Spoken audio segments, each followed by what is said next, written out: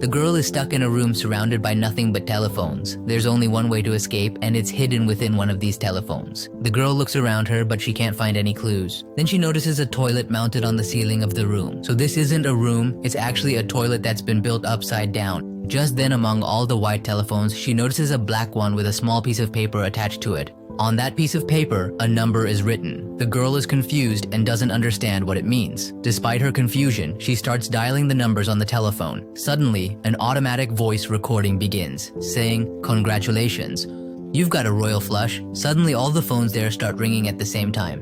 She can't decide which one to keep and which one to remove. As she starts receiving calls one by one, she notices that all of them are delivering the same message. Soon after, water begins to flow steadily from the telephones. Even the phone in her hand is leaking water. In just a few moments, the water level in the room starts to rise, and now she's starting to get scared, realizing that if she doesn't find a solution quickly, she might drown in this room. She starts to think deeply once more, but still nothing comes to mind. Just at the very last moment, the girl takes a good look at the toilet and notices the flush. That part isn't attached there, so it's likely that if she can reach the toilet and flush it, the water might drain away.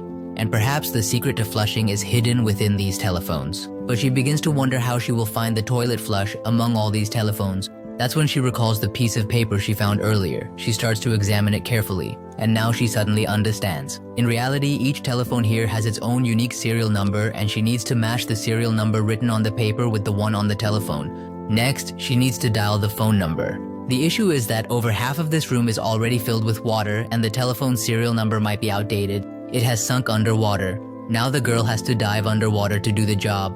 Meanwhile, the water level has risen so much that it is now touching the ceiling. But the girl doesn't give up. She dives into the water, and luckily the telephone eventually finds her.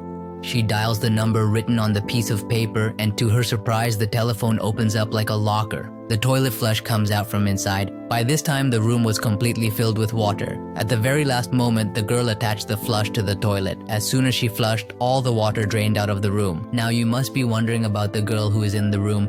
How can it be real, and why does everything work backwards here? It's such a chaotic situation. Actually, everything you've seen so far was entirely a virtual reality game. The girl was wearing a VR headset and playing the game to enjoy it as a player. She was controlling all her activities through her own brain.